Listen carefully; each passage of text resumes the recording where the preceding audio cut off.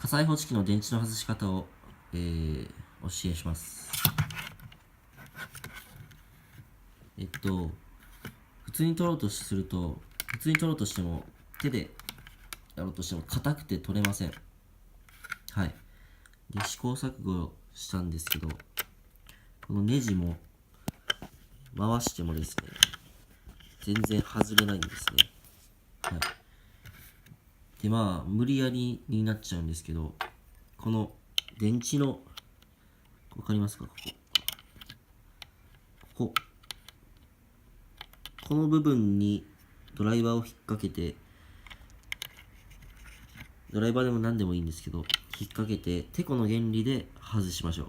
そうすれば外れます。いきます。